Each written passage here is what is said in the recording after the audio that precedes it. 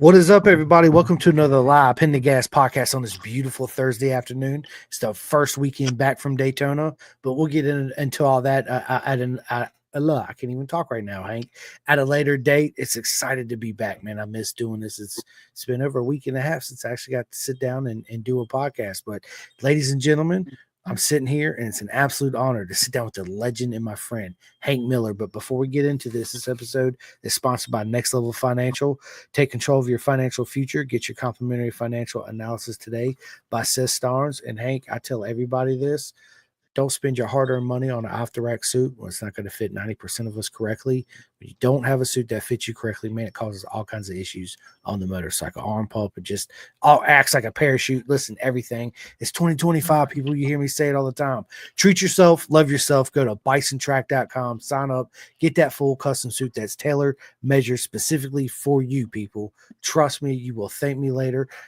Hank, do you wear a full custom suit? I do wear a full custom suit. I'm actually your competitor. I have my own line. Oh, do you really? Yeah. Nice. I know you do. I got it written down in my notes. So we'll definitely get into that. You know, I don't see it as, man, a competition. I got a lot of friends in the industry, obviously, that also make suits besides Bison Envy and, Hyper Naked and so on. I think everybody that does it, it's a full commitment. It's a full-time job. And there's a lot of work that goes on behind that, which mean you'll definitely get into. And I see it as it's not a competition. It's everybody has their own each individual personality, right? So at the end of the podcast, I do my shout outs, you do your shout outs. I got a list of shout outs I always do, like TST. These are my friends in the industry that, personally are involved and sell stuff in the industry. And you'll never go wrong by ordering from any of them, right?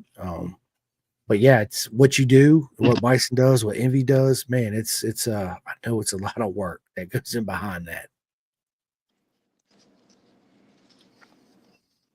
Can you hear me? Yeah, you cut out there for a minute. So yeah, you're back sorry. now. I was just gonna say, man, there's a lot of work that goes behind what you do, making full custom leathers for people, and it's a beautiful thing, right? It's another part of the sport. We need people like you in it to bring everybody those wonderful proper mega suits, as I always say. Yep. So mine was more towards kids. Of course, we race so many kids that they're going through two suits a year. So I have suits everywhere across the country with my kids' names because they're so easy to flip after the kids outgrow them. Help some young racer out there. So it's kind of cool. But yeah, gotta be Not kind of protected. cool, Hank. It's absolutely amazing what you do, man. It's back in the beginning, it was hardly anybody making kid suits, much less women's suit, right? And for people like you to step up in the game and focus on the youth of our sport, it's very important. Right. Well, I'm no lackey. I mean, he's rolling with his line. Whew. But was crazy is I kind of got the niche of the kids or the bodybuilders, like the really big guys who big biceps and whatnot, and that's kind of where we stay. We kind of stay in our kitchen. I love it, man. I love it. So, Hank, man, you got a beautiful story to tell, and I can't wait to get in it as everybody does, right? So, let's start off with your journey into motorcycles, man. Where did it all begin with you? All right, so just a big shout out to all my friends, everybody that's on here. Take it easy on me. I know I'm often the little stir in everybody else's podcast, so I expect a return of the favor. But yeah, let's start from the beginning. We came up in very modest means. My first motorcycle was actually Briggs and Stratton. We had like these little pull starts as little kids, and we'd no brakes, absolutely no brakes whatsoever. Blowing out a flip flop. That's how you used to blow out flip flops. You had to take your legs out there and push and stop, and somebody's got a tail trying to slow you down. So that's really how we really started riding, and it was just no helmets, no gloves. We're in tank tops and shorts, just having a good time, but all day. Everything was a track. Everything was a competition. It was just a good way to live out in the country. So, and then later on, Dad brought home a CT-70 from a garage sale. Oh my gosh, that thing was indestructible, and it wasn't because we didn't try. I mean, I doubt we even put oil in anything because we didn't even know. All we did was put gas and go. And that little the back wheel should have been a knobby, right?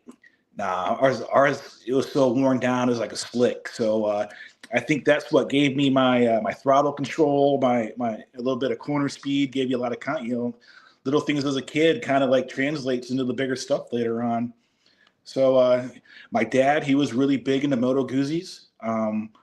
He's always wrenching it. I just remember him always being angry at it and kind of like staying away from him because it would never run.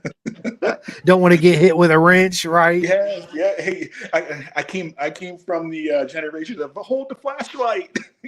Yeah, right. Me too with my dad. He's always working on his car. He's like, hold the flashlight. I'm up there. I'm holding it. You're not holding it right. Grabs your hand. He's like, hold it right here. You're like, I'm trying, Dad. I'm trying. You're making me nervous, Pops. For all the frustrations, I never understood why he liked those damn things because I just never seen it run too often. Yeah, they're still beautiful machines in their own right? Yeah, absolutely. Right. So, and then funny is he ended up getting a Kawasaki 900 something, and man, it was a sweet bike. I had my eyes on it, and I just knew when I turned 16 that thing's going to be mine. And then getting ready to turn 16, I think my dad had a little scare on it, and my sister was having some choir fundraiser. And he auctioned it off, man. In like the little speech, he's like, "Yeah, my son's about ready to turn 16. I need to get rid of it." I was like, "Oh man, you're like, Dad, what a stab in the heart!" No, yes, that was terrible. But I loved you, Dad. I loved you. Yes.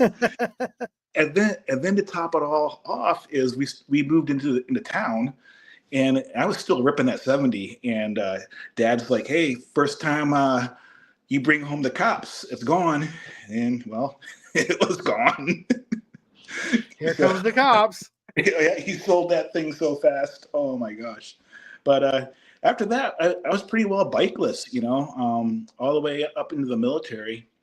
And then I ended up having a roommate. I was, I bounced around in the military. I think I went from New Jersey to Spain to California, California to Ohio. But when I was in California, my roommate, she had this little 250 Ninja, something like that. She never rode. I'm like, "Hey, can I ride it?" She's like, "Yeah." So here, and let me tell you, California, we're in the Mojave. Then you could ride up to the Big Bear, and then you could ride down, and all of a sudden you're putting your toes into the Pacific Ocean. It was, and those guys out in California, those street guys, they were just balls fast and maybe a little crazy too. And I try to keep up with them, but I'd get blasted. Right? They should try out for the TT or the Northwest 200 for sure. But by the time I'd catch up to them, their helmets are off, they're smoking or whatnot. You're like, "Hey guys, what's going on?" Good times, right. So when you're in the military, you're not rich, you're not making much money, So had a good time, met some great people, and then of course, when I was in California, I should have got out when I was in Spain, but stop lost. So finally, my time ended, and I just kind of missed home. So I went back to Ohio and got my really good paying job, and it was like, "Hey, I kind of have some money now. This is great." Something I didn't have this before. Is what this feels like, right? Yeah. It's like, "Hey, here's my insurance bill. I could pay it all at once. Sweet." But I was like a really big Honda fanboy, and the F4i was coming out, and the craze with the F4i was a fuel injection. And I was thinking, wow, I mean, just press the button. You don't have to worry about cleaning carbs. And I was sold. So I picked up the very first one in my dealer. I think it was Springfield, Ohio. We had a beautiful black gray scheme. God, I love that thing. So then that's probably when I started getting into trouble. So in Columbus, and we all go through it. I love squids. I don't care what anybody says about them. They have throttle control, their braking, their vision. I mean, phenomenal skill. You give me a squid versus someone who's trying to compensate for something at the track. That squid's going to get them every single time. I mean, so. Yeah, I did some stupid stuff. We had a little loop around Columbus, and we were giving it the beans at night. Yeah, it's sometimes the passenger, sometimes not. And We've all been there, man. Those were the days, right? right.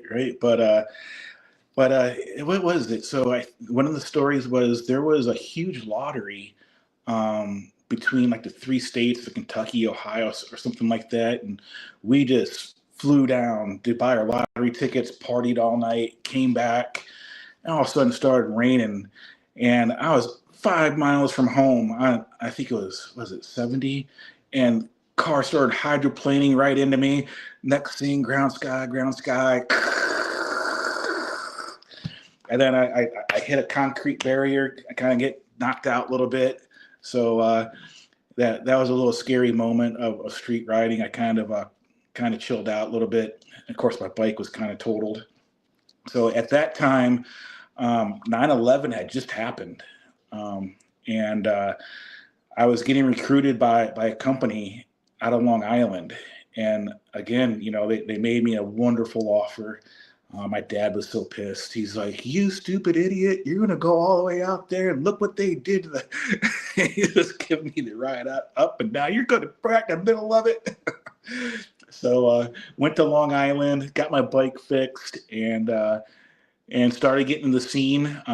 That's when I learned a little more educate. I was pretty naive. I mean, I went from high school 2 weeks right into the military, so there was some characters that were on the street machines that probably shouldn't be hanging around. Yeah, there a lot of riding dirty, a lot of other things happening. So I kind of like got away from that scene. But one event happened which really changed things was they have parkways out there, so there's no like semi trucks or anything on them. And man, I was just woke up, went to work. I was, splitting lanes, left, right, splitting lanes. So I had worked for a metal company.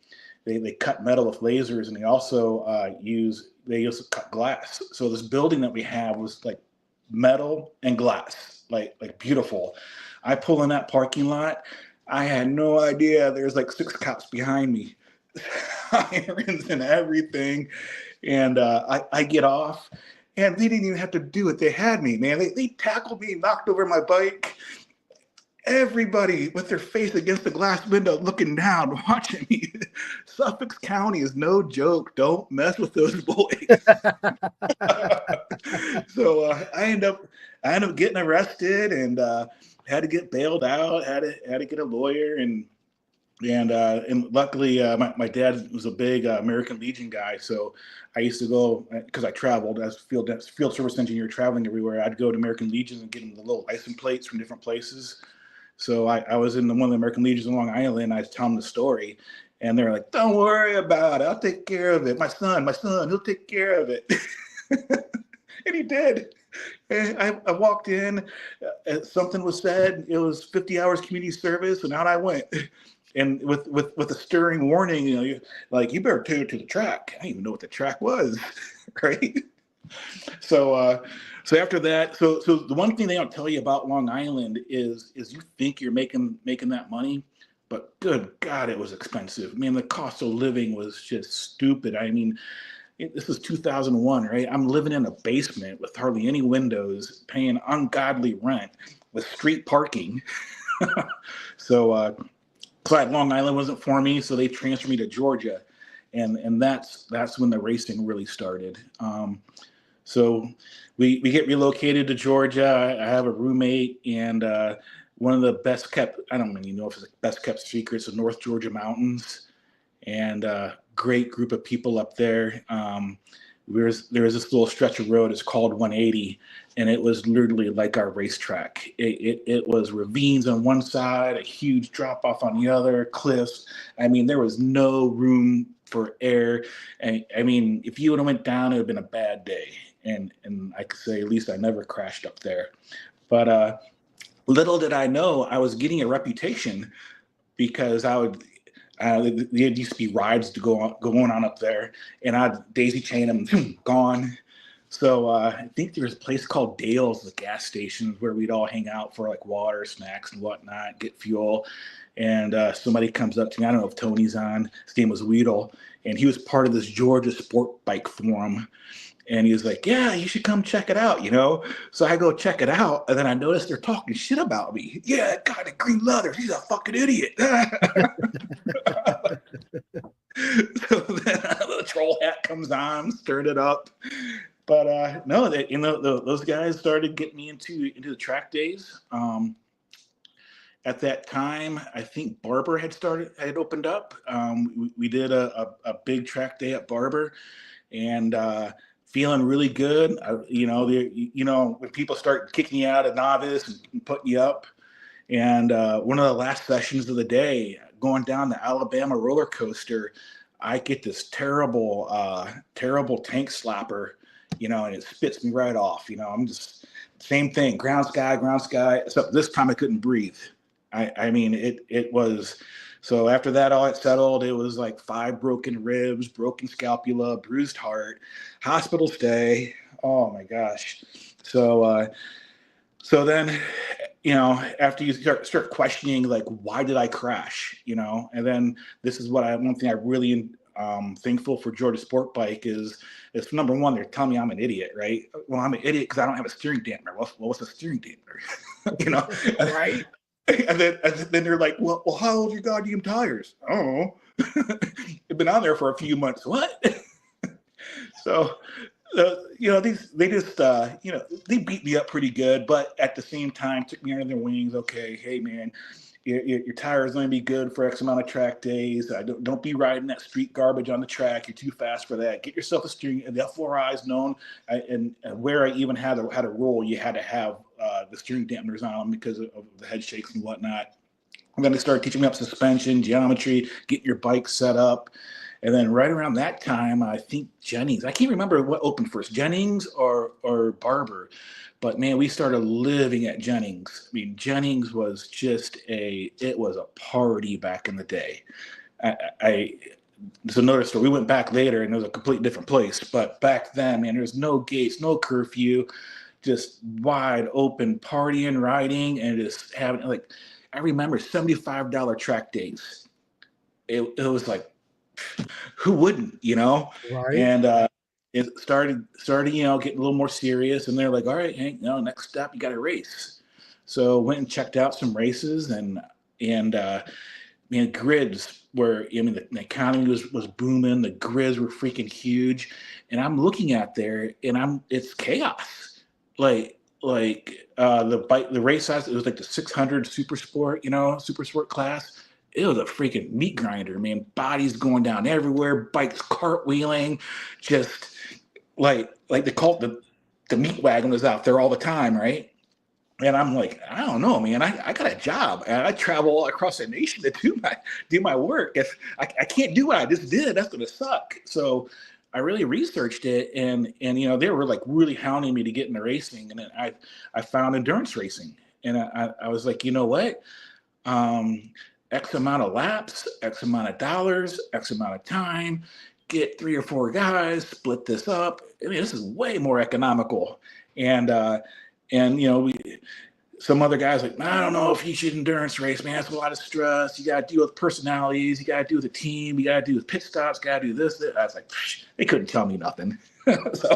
So I went in heads over heels. I think what was it? Marietta Motorsports. I think Huey was out there at the time. I walked in. I'm like, hey, I need to set up for what? Well, I'm going to endurance race.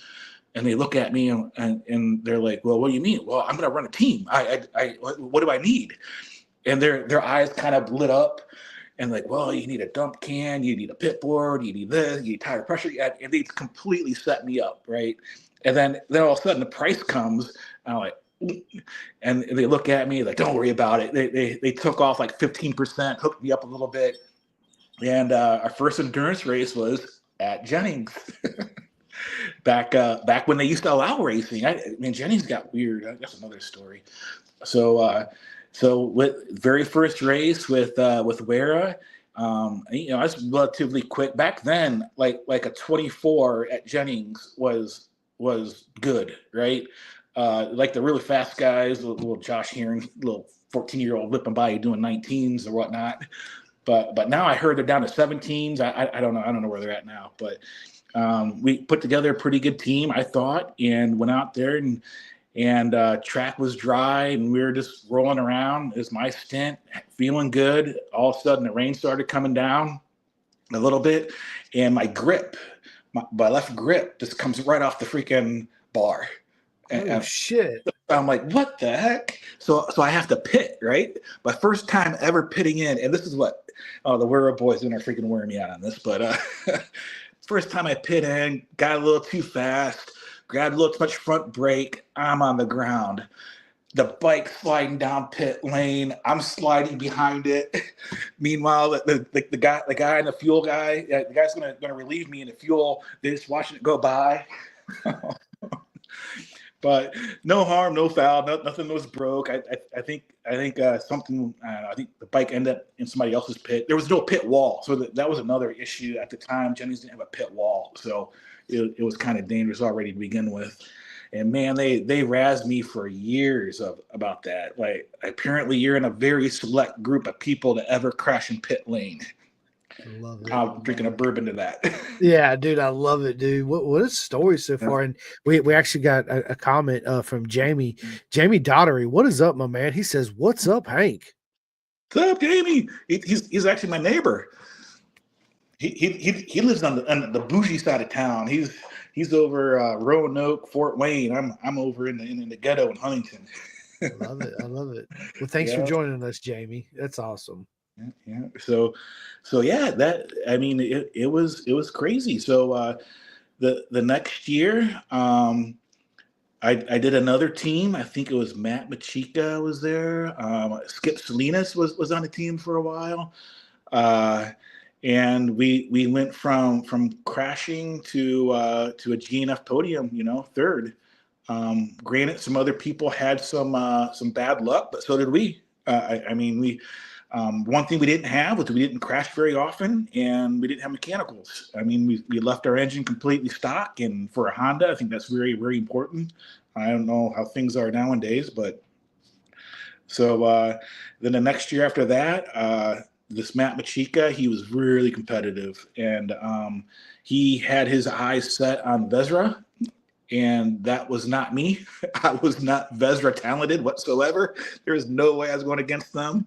So I kind of flipped the hat, and apparently I was a little better with the wrench, a little better with the logistics of things. So I ran their pit. They were the only. They were. You remember the Widowmaker, that ZX10? Man, that's what they were racing. Man, that took a. That was a 08, right? 2008. Yeah. Those boys were nuts, and they had this one I can't remember his name, but fast, and he would be the only one to touch Vesra at the time. And you had Trey Beatty, who else? I think they even had Kevin Schwantz on that team once in a while. Oh man, Kevin Schwantz, by the way, good God, I was at the GNF one year. This guy comes by me on the brakes on the front wheel, freaking brings it down, spins it all the way through, brings it up on it as a wheel all the way back, and then he turns around and looks at me. It's like, sorry for being in your way. Jesus. Right. Jesus. I'll just be over here. Yes. Motorcycle racing is like wrestling. There is always someone out there to put you in your place, man. It doesn't matter how fast you think you are. Somebody's out there.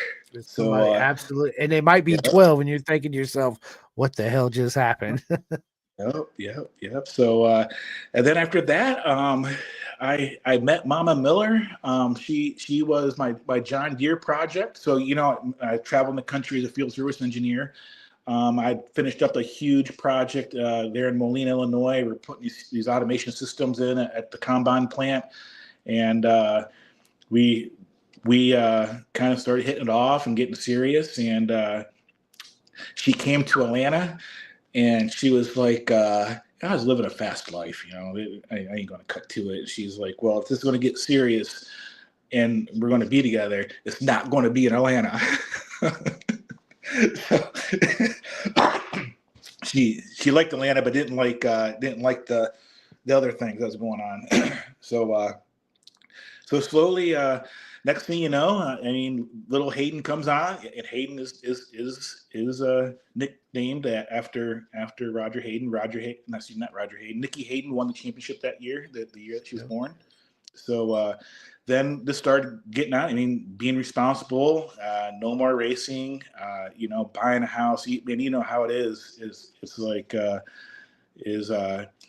racing is something that you can't do when you're starting out in life unless you got a bags of money, and that wasn't us. So listen, I was the same boat, man, and my son also is named right. Hayden Rossi after I Nikki think a lot Hayden of us Valentino. were. Yeah, dude. Yeah, I mean, it's you always say to yourself when you're not in that position, oh, I'm gonna do this forever, which we still are and we still will, but it's the same role, but just a step back because we have other priorities that I don't want to say mean more to us, but they definitely come first on the list. I'll put it to you that way. Right. You got to have the house and the mortgage and Yeah. make mama happy and get the kids what they want, and just life at home is very important. If you don't have a happy life at home, you're not going to be happy anywhere. So that's where it starts for sure. Yep. Yeah. And then somehow I think I sold everything except for the pit bikes, and the pit bike where it was always just a mess around at night. Go walk the dog's chasing you, and you're zooming down a fence line so the dog go pee or something like that. And Hayden, she just always wanted to be on it. She was 2 years old and she would run the throttle for me. If anybody that knows me, I grew up in beer culture, so we're always having some beverages at night. And I remember I was sitting on a little pit bike, and we're talking to neighbors, and she climbs up and she grabs a fistful of throttle, just I'm trying to hold on. Next thing I grab her and I stand up. The pit bike keeps on going, and I think we lived in kind of like a subdivision that had a mix of houses and with the condos. The damn thing hit a condo, and I was like, "Whoa!" So 2 years old, the little girl knew the throttle pretty good, and that's kind of how she kind of grew up, was like in between my lap, and I just say faster, she go faster, slow, fast, slow, and it was kind of cool. So slowly, I think what had happened is I was bouncing around from job. I think I went from Columbus, Ohio, then we went to Fort Worth, and this is with oil and gas. I swapped over to oil and gas, and then if you're worth your salt in oil and gas, you always end up in Houston, and there we are. We ended up in Houston, and then I think at this time we've added Parker, we've added Maddox. And on a personal note, one thing I have to say I'm very blessed about motorcycles is Parker. He was a handful when he was young. Like he was seriously on a spectrum. Like he was frustrated. He hit his head and always talking to himself in third person and whatnot. Like Parker don't want to. Parker says stop, and very angry. And at the time we didn't know what to do. Like I knew I didn't want to label him. I didn't want him on medication. I didn't want that bullshit therapy. I don't want anybody telling my kid they're special all their life. And just accidentally in Houston, we had this big green space behind us, and he wanted to ride so bad. I'm like, man, you learn to ride a bicycle and you can ride whenever you want. And he learned to ride the bicycle real quick. And I don't know what happened. As soon as we put that helmet on him, he got on that little 70 XR70.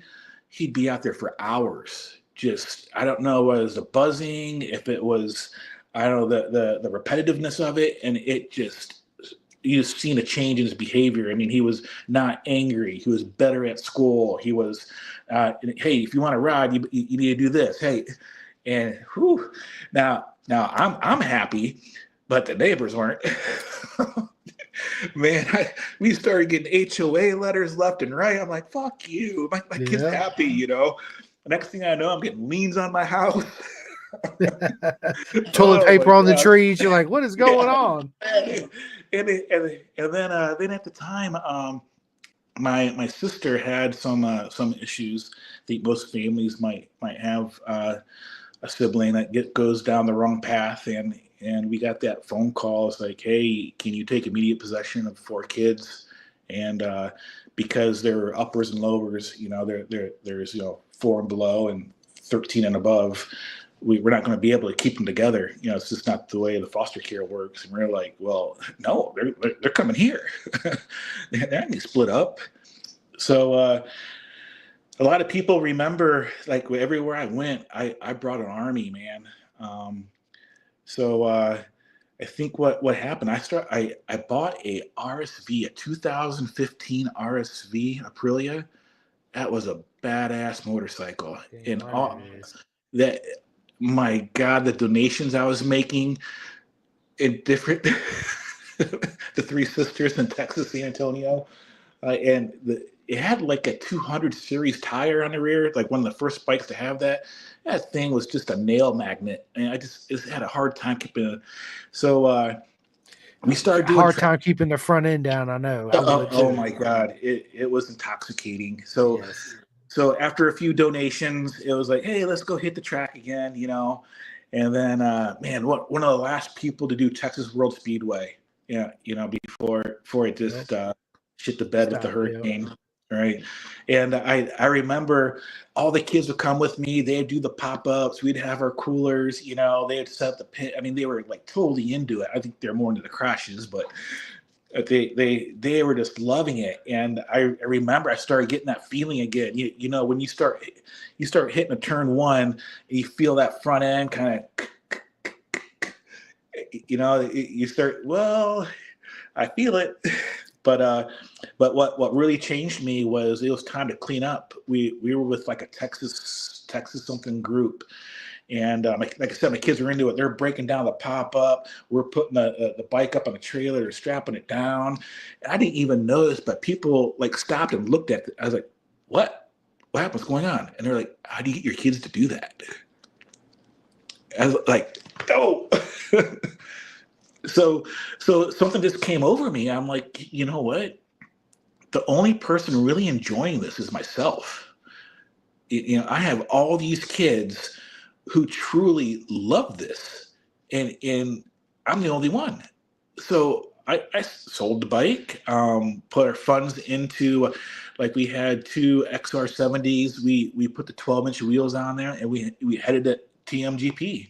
I think we ended up hooking up. Somehow we met Cody Kitchens in some type of bike night parking lot thing. Hayden's out there with her knobbies, try to catch him, and he's out there knee dragging, and we ended up in TMGP. And man, such a great group of people. I mean, we came through, and yes, I'm going to name drop. We came through with Mikey Sanchez. We came through with Aiden Sneed, with Junior. There was Hayden out there. There was Parker. Now every GP series, they have like a niche. For them, it was a junior class, like 110cc. It was just if they had 110cc motard, that was a class there.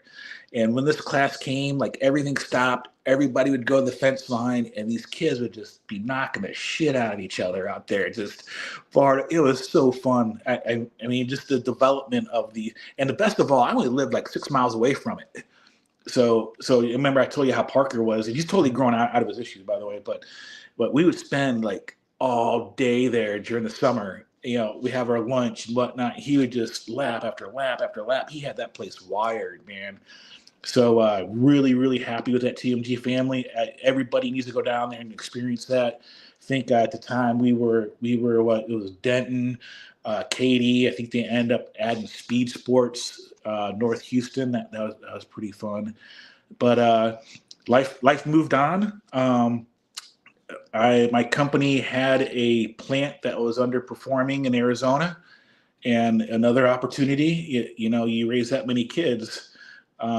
If somebody gives you a little bit more and you go to a lower cost of living, You're gonna take we it. hopped on. Yeah. Yeah, we hopped on it. So we ended up relocating to Goodyear, Arizona. That was another learning experience. That's when the Oval started coming out, and I know the Oval people really don't like me too much, but I ended up being right about everything. I love But it. I'm sorry, man. Some of those parents really got dicked over. But um, so the Avowal came out, and we ended up somehow seeing this Bushi, and it was like Jordan C out in California. I started talking to him about this Bushi, and it's like, well, this thing's got dual front brakes. It's got adjustable swing arm. It's got look at the suspension standard. It was like heads over heels above the Oval, and it was cheaper. Yeah. So the engineer minded me. I'm like, well, we're getting Bushis. Hold on. Little did I know. Come on, Charlie. Charlie. She's letting my dog out of my room. Okay. Little did I know, Go. nobody in America liked Bushis. So they pretty much kept us out of everything.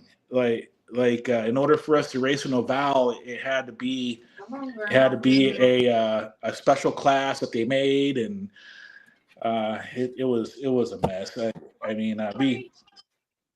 But what it did do is it hooked me up with Claudio Buschi in Italy. He was a great supporter. Who is Jose Pina in Spain? Dude's phenomenal coach. You know, he was coaching us and giving us advice and telling us how this whole Oval thing was going to happen, and he was right too. In UK, I was Aaron Parker, real big guy out there in minis. He was sending me parts, engines, give me tech advice. But for us to race in Arizona, we had to go to California, and that really opened our eyes. So TMGP was great, but they had an age limit. You couldn't race till you're like, I want to say 8 or 10 or something like that. But in California, I mean, these kids 4 or 5 years old have full leather jackets. They're out there in these little 50s just ripping, So we were outclassed. I mean, we were like, which way did they go? Yeah. yeah, everybody's fast. And with that group, who did we race? We ended up racing with Alex Enriquez, Ed. Oh my God, Ed! It's Ed awesome. Yes. He is a blessing to our sport, and he put up with me. So Ed Enriquez, who was it? Travis Horn. Who else? You had Jesse Shredden. I mean, the talent out there was like it was a kick in the nuts for us. It's but the beautiful thing is at first when you think you're behind, they caught up fast. I think the only ones they didn't really compete with was Travis Horn. He was just on another level. But at the end of the year, they ended up being with everybody, so that was cool. So what happened in California? Oh, and then the COVID stupid happened. That kind of screwed everything up. So we're not going to talk too much about how that changed the whole racing scene. Yeah, big time. It just sucked. Yeah. And then what happened? All of a sudden, the kids just started growing, man. We had like 2 times we could train in Phoenix, 4 hours at a time, and it was Quinn Swift. He was a pretty quick, fast guy, and his Dustin Apgard. Unfortunately, he passed away. Yep. And they're telling me, get him on a 400. Get him on a 400. Oh no, they're not ready. Hey, get him on a 400. And I fought it. So I end up finding a Ninja 400. And I talked to the guy, and little did I know he's a huge race fan. I told him what he was going to do with it. Told him all my kids. He's like, so I got this other one. If you don't want the ignition, if you don't want the key lock, if you don't want I'll take all that and I'll give this to you for that. I was like, sweet. So they were salvaged, right? And I think I ended up getting like 2 Ninja 400s for $2,000 a piece. Yeah.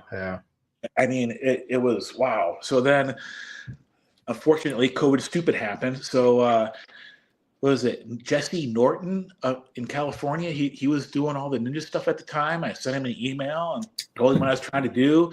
Hey, I want this, and give me suggestions. Oh, by the way, times 2. He's like, times two? Yep. And told me the only thing I missed out on was because of the COVID things. I couldn't get the proper body work. All that stuff was reserved for the Moto America kids, right? So we ended up getting the GP body work, which I thought was ugly, but it got us into racing, right? That's right. So yeah, so so the 400 was built. Who was it? We hooked up with Jason. Jason, he did Moto Rev. No, not Moto Rev. He did a Ducati shop, but he did track days at AMP, Arizona Motorsports Park, and they I talked him into it because they you know how it is when kids are underage and insurance and all that. Worked on it for like 6 months. Finally, we got the waivers, we got everything lined out. The kids did their first track day, and of course, the very first track day, you got to do the lead follow, the coaching, and man, Hayden in the park was boring. It's boring, Dad. It sucks. So finally at like the last two sessions of the day, they let the kids rip, and they did good. I mean, they really held themselves, to where people started coming. Oh, these ain't normal kids. Who are they? But the beautiful thing is even though they shut me out of all that Oval crap, that Bushi, the way it was, the way they went from that Bushi to that Ninja 400 in basically two sessions, and they were lined out. They were just. I'm also forgetting Robert Roach out there. Robert Roach was teaching the Lorenzo method, so my kids knew that. I mean, they really. And then another thing I have to mention is when we're in California, everybody don't like him, but I like him. But Hayden was just Josh Heron. Like whenever Josh Heron was at Apex, she was right on his ass. I mean, always talking to him. How about this? I mean, her style is Josh Hayden when she's out on the track. It's phenomenal. Another good thing that came out of Arizona was flat track. Yes, I love flat track. Man, if I would have known about flat track and the benefits, you know what happened to us when we started doing flat track? We stopped crashing. Our kids barely crashed after that. So I mean, I can't tell you the broken bones, the wrists they've went through, the ankles, the shoulders. It's like it teaches such a throttle control, that rear wheel getting loose, so you don't chop the throttle and add more to your pain, right? So that I mean, Arizona was really huge for us. And another good thing about Arizona is you could ride anywhere. Nobody the government owns all the land. Yep. Like our subdivision, we had some little canals for the fields, and the kids would go out there and ride them. And oh my God, one evening I get a text, Dad, come quick. I'm like, and that was it. Jump in the truck, haul ass down this canal. Next thing I see a motorcycle being pulled out of the canal. Another kid sitting on the side with a bloody knee. He's like, oh my God. Hey. Yes. Can you give me 1 second? My wife just texted me. I gotta go take care of my dog. Just give me 1 second. Hang on. No worries.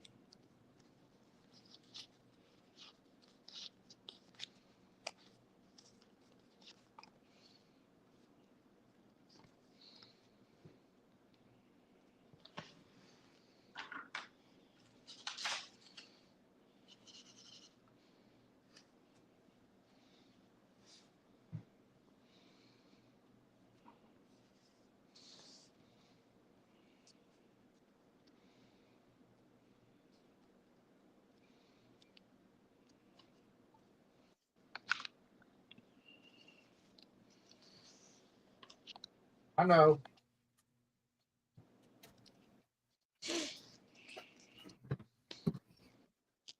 All right, man. Listen, I completely apologize. I'll edit this out, right? But we got a new puppy, right? And my other dog, she's like 13 years old. She's old and stubborn, and she's a daddy's girl, so she won't do nothing for nobody. Won't move. Won't do nothing until I go out there and handle her. So sorry again. No worries. So you was to Arizona. I went to Arizona. I went to MMI out there in Peoria. Man, I miss Arizona. Arizona was an awesome state. Absolutely an amazing place. And I'm a huge flat track guy. I love flat track. I think, honestly, it's probably the best way to train for road racing, in my personal opinion, is flat track. Right. Just wish we'd have done it sooner. It saved.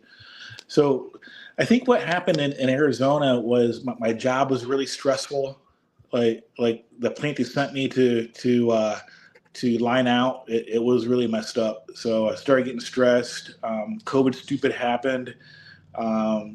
Everybody started missing the tall trees and green grass, and decided to part ways with the company, and we ended up moving to Indiana. The reason why we moved to Indiana, I'm from Ohio, and Carrie's from Illinois, so perfect split between the two.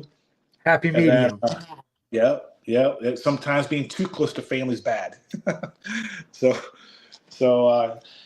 we just packed up and we found our dream home. We got a nice garage out there, and we the racing kind of started slowing down a little bit. The kids started getting into sports. Like racing competes with swimming, with wrestling, with track, with cross country, and was it? I think we had went to the GNF that year, the first year we were here. Kids did phenomenal. We were really thinking about a Moto America run. I mean, we were really close. Then we started hearing some chatter about some engines were better than others, and it still goes on. Josh Hayes had dropped by one of our times at Pitt for a Wera race. He kind of talked to the kids and just pretty much like, hey, it kind of hit me like if you don't absolutely love racing, 100% love racing, it's not really worth it. And my kids were getting to the point where they were just more into other things than racing. And but we still, they didn't stop us. I mean, years before we had met a who's Rossi's crew chief? Oh my God, Jeremy Burgess. No. Rossi Moore's manager. Stefano. Yeah, he's a good buddy of mine. Yep. So we met Stefano back during like one of the mini cup challenges where Oval supplied the bikes. You just show up, spend a lot of money, and race. Oh my gosh, that's another story. So everybody always wants to know how we know Rossi Moore and how we know Steve, and we didn't really know. We knew Stefano. So how that started was they had one of these challenges. Oval supplied the bikes, of course. Fortunately, my dad had a stroke, so we had to go to Cleveland first. We missed the first day of practice, but we were going to make it for the race, and we show up to our pits.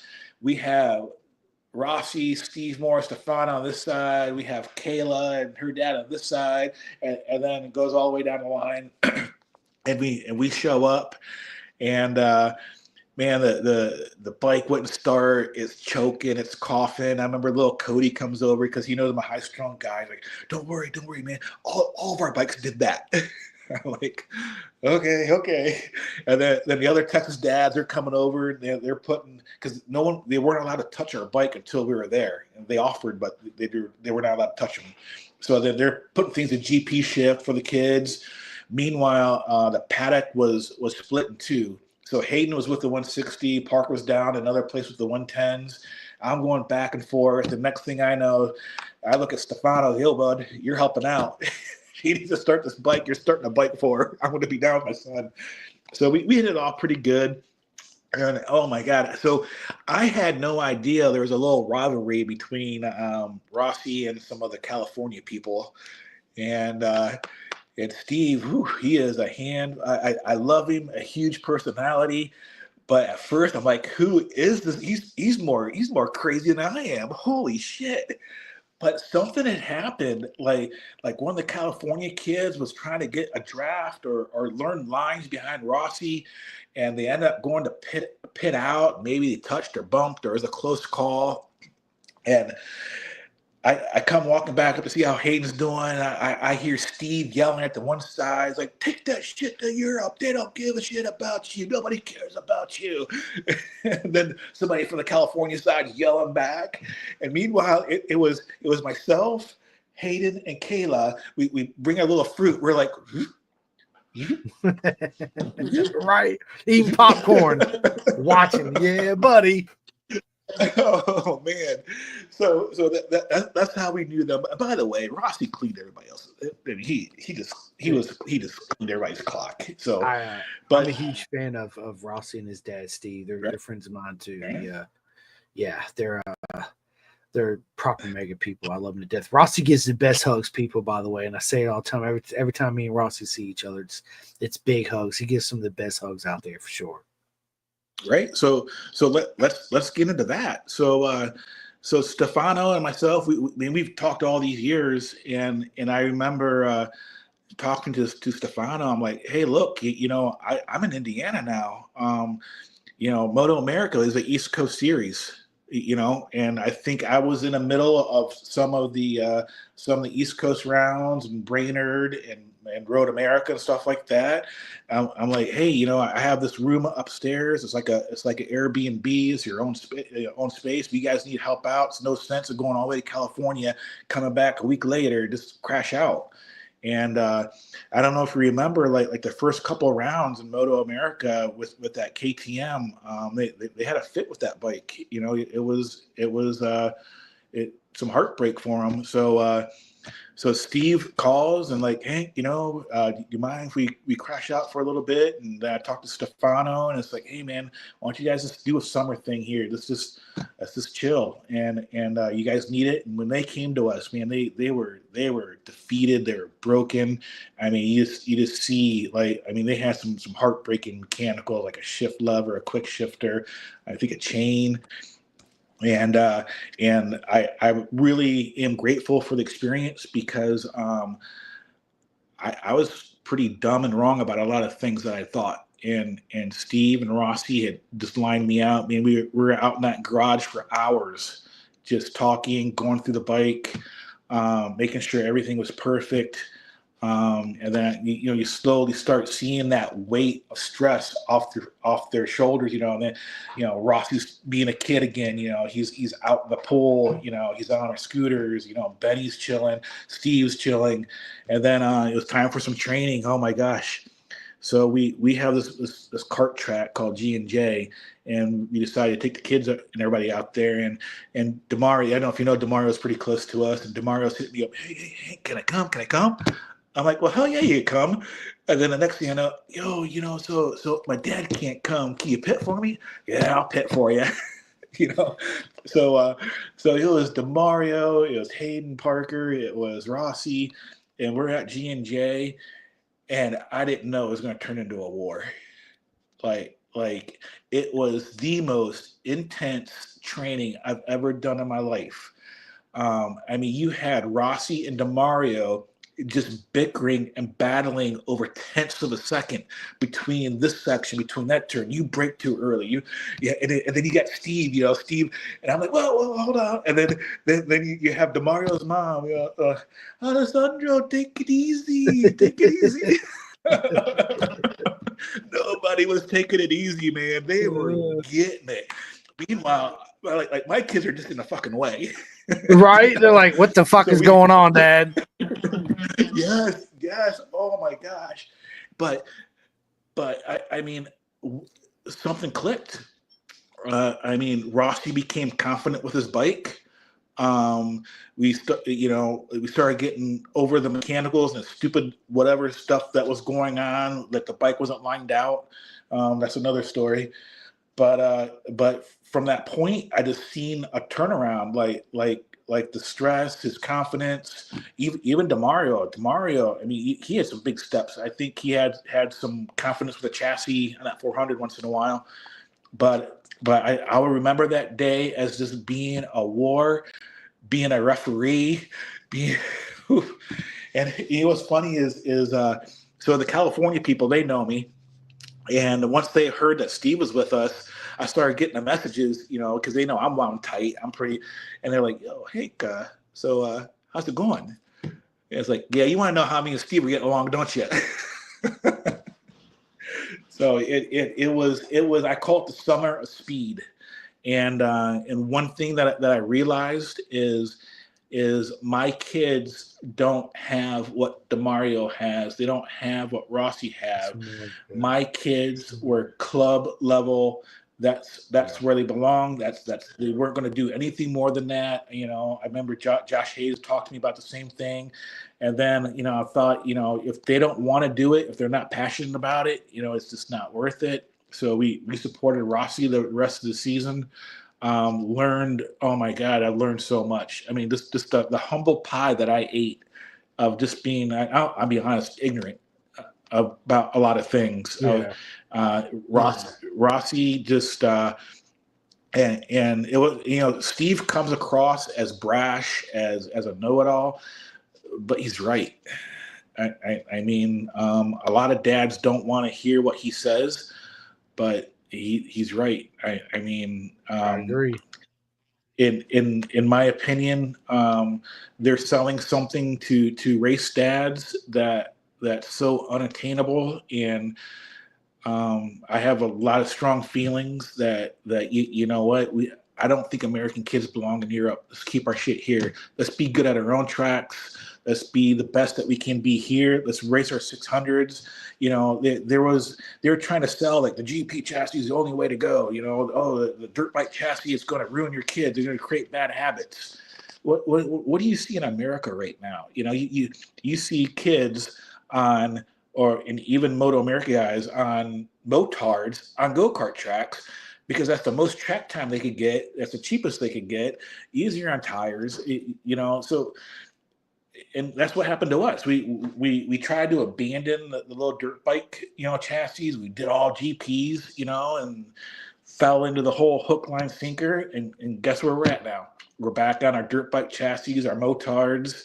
So I think there's a message out there that's not healthy for the sport. I think it's putting a lot of financial strain on a lot of people. And I don't think it's always fair to the kids. Like, I think a kid would have a lot more fun if they just stayed sensible more on the dirt bikes chassis and your road bikes. But that's another talk. No, I mean, listen, Hank. Yeah, I can't disagree with you at all, because I agree. I think us as Moto America, we need to stay production bike racing and focus on what we do best here in America, right? Which brings me to the point, man. Let me pick your brain for a second about what do you think about the whole Talent Cup situation versus the 400s? I think there's going to be some heartbreak. I came through with the KO Cup, failed. I came through with the Oval stuff, failed. I came through with the North American Talent Cup, failed. And now you want even a more expensive bike and my phone's been blowing up about, their issues. And I truly want it to be a success. I truly do. I like if I didn't want the Oval stuff to be successful, my kids wouldn't have been in it. Right. But I think it's going to be some financial challenges, some financial heartbreak. And I think my prediction is you're going to lose at least probably, I want to say the bottom six riders probably won't finish the season because of financial issues. My prediction. There's not a whole lot of my understanding, there's only 14, if I'm not mistaken, people in the Talent Cup so far. Have they released that? I haven't seen. I haven't Yeah, seen the list. I'm just going from, he say, she say, right? There's just a rumor going around. Obviously, a lot of my friends that was in Junior Cup last year is not doing the Talent Cup for that whole specific. You in order for us to grow, Hank, we need to have in first two entry level classes, entry level, right? We're not costing, your normal typical mom and dad make, let's say, $100,000 a year between both of them, right? Now we got the Talent Cup, which, yeah, it's a great chassis. My buddy Kyle helped develop the bike. But now you got, normal families, forking out what, 70 grand just off the jump for 2 bikes and spares and all that, plus all the entry fees. Where you said it earlier, me and you, Hank, can throw in shit. Let's just say $10,000 and buy 4 400s total with a Savage title and the fees and go racing, right? Yeah. Yep. So I don't know. and the thing is we got to stop chasing this European model. It doesn't exist in America. In Europe, I lived in Spain. Holy cow, a moped was a family vehicle. I mean, they would put 5 people on a moped and they'd be having fun at it. It's their culture, it's their way of life. And that's not us. I mean, in Europe, there's a lot more sponsorship. I mean, I was lucky. I was lucky just to get Law Tires, a pop up, So I just don't, unless you're independently wealthy with some disposable income. I don't know how dads are doing it without mortgaging your house or putting yourself in some serious bad debt. And that's another thing is and I'll be perfectly honest with it, is that's another thing my kids see. They see me struggle. I didn't race on credit, and I barely had sponsors. So basically, I brought cash to the track everywhere I went. I'd never used plastic. So when we were in Houston, I'd be doing Uber and Lyft, getting that money. And then later on, I figured out it's better selling things like flipping Chinese bikes and flipping cars, and they just seen, struggle, the financials of it, And I think that kind of messes with a kid's psychology, like, hey, if I wasn't racing, Dad wouldn't have to work so hard, So it's stressful on kids too. Your parents don't see it, but it is. I mean, now, like Parker, he's brutally honest. He'll have some talks with me about how things went. I mean, that's good though. It's that's a side of a sport that I love to talk about is what it actually takes to go racing, and a lot of people have a misconception of it is easy to get into, right? But the financial cost of it today versus when me and you were growing up, Hank, is completely different. $75 track days at Jennings. Yeah. Good God, it was nothing, and it was so much fun. At my that amp or whatever. No, I went to Pittsburgh for a track day. I was into it for $750 just in registration. It wasn't the tires, the eats, nothing. The gas, nothing, right? Yeah. Right. Yeah, I would love to, unfortunately our sports just gotten more expensive. There's not a whole lot of outside sponsorships coming into it, Right. You said it, would we love to have a clear pathway for us to make it GP racing and all that? Yeah, absolutely. What country wouldn't? Let's just be honest, right? Especially if you love our beautiful circus. Yes. But in order to do that, we have to have a completely infrastructure based solely around that and that alone. That's, you don't see. There's very few people ever in the history of the sport to go from World Superbike to MotoGP and make it. But there's a lot of people go from MotoGP to World Supersport and make it, right? Yeah, production based racing is I don't want to say it's the easy path, but it's the bike with the most flex and the most stock feel out the gate, right? Where the GP chassis are. It's a completely different body position, the way of riding, the way you approach the bike, the way you sit on it, the way you do this. That's a whole nother topic, right? So Right. It's I again, who wouldn't? We'll want to see that. But you're right. I think America's need. We got the fucking baggers, bro. We got super hooligans, right? That's what we do. This is Right. that's America racing right there. Let's be Indians, us. Harley. Right. This is us, right? Let's stay focused on that and grow it that way, and also make it feasible for your average income of mom and dads to get in the sport. It's just like Hank, I said this at the 200. I'm walking around with my buddy Eddie K. A big shout out to Eddie, and walk through the paddock. We're having basically almost the same conversation. I was like, Eddie, think of it this way: if you took everybody in the paddock right now at Daytona 200, 25 years older and up, and you immediately pulled them off the grid right now, how many people do we got left? Those are the future of our sport. You know what I mean? There's not a whole lot of them out there. We need to reverse that trend. We need to make it where there's more young women and men and kids in there, replacing the Troy Heffross. Don't get me wrong, what a legend, right? We'd love to see him racing here. But my point being is, if you took out all the adults, so to speak, out of the sport right now off the grid, how many future do we have? How many kids are out there? Right. And good God, you got 45-year plus guys out there putting in the work and Putting in work. Holy shit! Right. Hey, I'm there. So to me, I don't know. I remember when I first got in the sport, there was no 45-year-olds beating kids in moto, and now it's normal. Right. Yeah, it's that's the, what am I, dude? I'm a big advocate for BTR, Build Train Race Road Infield. I think, God damn, dude, what a fucking awesome program they have. They got a program where they introduce, new some people that does have some track day experience, but they introduce them to the world of road racing. It's cheap to get into. They provide you the bike, the spares, everything, right? With not a whole lot of money out of pocket. It teaches you. I got the earpod up.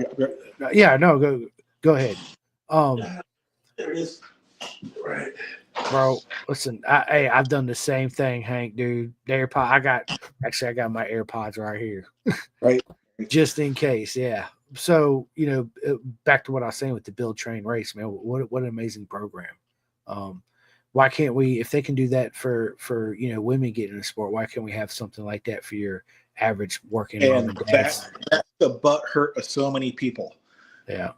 If we could do it for the Build Train Race, why can't we do it for the up and comers? I get so many complaints about that. Yeah, nothing against Road Infield or Build Train Race, because dude, they're absolutely amazing what they do. I love all the girls on there and Scott and everybody, right? But again, if why can't we implement that for our first two lower entry levels in Moto America, right? To help grow the sport. Right. Yeah, I mean, I beat my head against the wall many nights. I don't know if you remember it. When Oval first came out, they had the recipe. They had it. When that first year and 2 years, there were 30 plus kids in every single class. Yep. The 190, the 160, the 110. Yep. And I look behind me and there's a TV camera sitting there doing nothing. Yeah. Doing nothing. Like it was, I've seen the excitement of like it was shoulder to shoulder. You couldn't barely walk. You could barely get your kid's bike to pit out because there's so many people there. And they, Moto America, in my opinion, just shit on it. And they didn't. When you start doing a one spec class race, then the Bushi's ass out, the KO's ass out, whatnot. But if Moto America would have done what they're doing now, then they had it, man. They had it. Yeah, I mean, listen, I'm a big fan of the Bushi's. I got a lot of friends, of course, overseas that, they said, dude, don't buy Old Valley, buy Bushi, this and that or the other. It's, man, dude, I love Moto America, right? and I don't ever talk trash about them because it's the pinnacle of Motor their sport. America should have took charge of that from day one. They should have. No, I agree. It was a missed opportunity, a sole missed opportunity. Yes. But you know, I was saying it. Jose Pena was saying it. Claudia was saying it. everybody was saying it. You're not the yeah. God. And those Laval guys, they stick together too. They get vicious. Oof. They do get vicious. And listen, the Valley's a great product, right? Do I personally think it's for what you get? Yeah, but still, it's still on that little higher end of cost, especially for 12-year-olds to get into racing, right? So, if we're going to build our sport, we need to have something. Let's say realistically, $1,200. We need to have a bike at $1,200 that most everybody can afford. Like, yeah, it's cool. I could save up 3 or 4 months. We'll go buy your bike and your gear. They put a stigma on that because your $1,200 bike's going to be a dirt bike chassis. Geez, I don't know. What they're selling. I don't know. But hey, I do have to add, here's one thing I don't understand. I go to Europe quite a bit, okay? And I don't understand America's love affair with this whole Europe. Europe is so dainty and so feminine. Even the men are so small, and I don't understand the draw of why you want to be that. I mean, if you look at a MotoGP grid, they're mini man babies. They're so small. Why do you want to be like that? I mean, how did it get from Colin Edwards throwing F-bombs and and who is it, Kenny Roberts and Nikki Hayden, or Stoner, how did we get from that toughness, that grittiness, to these mini man baby machines that can only ride? The track is perfect, the weather's perfect, there's no bumps, everything's got to be perfect for them to go extremely stupid fast. I don't get it. I don't understand it. I love my tracks. I love that it's bumpy. It's just like a pool table in a bar. You play the table too, Yeah. And I don't understand. It blows my mind. I can't even watch GP anymore because it's just so feminine. Jesus. Yeah, I miss the old rivalries where people actually talk shit, and there was, on camera, they were, you're not going to do this, and blah blah blah. That's we need that, but it would just destroy people's soul. Holy cow! Yeah, we don't have that now. Everybody's hugs and friends. I didn't even like Valentino, but I respect him. Yeah, I mean, I was a huge, Valentino Rossi fan for sure. To me, I don't want to say this. People always try to compare, Mick Doohan, Valentino Rossi, Kevin Schwantz, Eddie Lawson. Now, you can't. It's a different era. It's a different time. The bikes, technologies, the tires. I mean, everything's just so far advanced. To me, what Valentino did above anybody else was, and I'm not talking nothing, taking away anything from any of them, because they're all gods of speed. Straight up, let's just be honest, right? We would kill to have a third of the talent that these guys have, or our women. He grew the sport in a way that he made it so popular around the world. Not only that, he grew up racing. He went from the 125s, 250s, 500s to the first 4 strokes, and then was still as fast as he's ever been throughout his whole career, but also had to change his riding style, his body position to accommodate for the arrows and all these electronics that are now it's like it's an engineer F1 sport, they're like, oh, blah, blah, blah, blah, just do this and let the electronics sort itself out and get you on the track. I'm an old school fan. I believe in, blipping the throttle during the downshifts, right? To match the engine rev so your rear don't da, da, da, da, da, and all that. And as your tires wear, you're actually changing your body position, your riding style, and climbing all over the front, and dragging the rear brake. Now they don't do any of that hardly, right? They have this stupid thumb lever as they come out. They hit it, the bike lowers, and it's like, what are we doing here? Right? The whole aerodynamics. It's definitely different game to when it was when we were growing up. It's not us. We're just going to ruin hopes and ruin talent and run people out of the sport.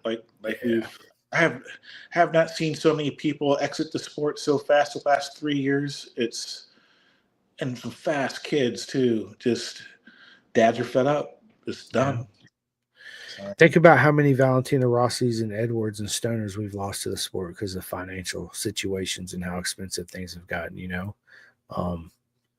Yeah, and so bringing us to right now, where we're sitting right now, Hank. So one question I want to ask you, and I think about all the time, is how can we right now, as we sit here speaking, progress the sport with what we have and make it cheaper and feasible for everybody else? Because we got to use the tools that we have right now, right? right. And try to utilize it in the best positive way we can to make it feasible for other people to come in. So what's your thoughts on that? This is going to be a widely unpopular opinion because so many people's got a shitload of money into it. Get out of the GP chassis.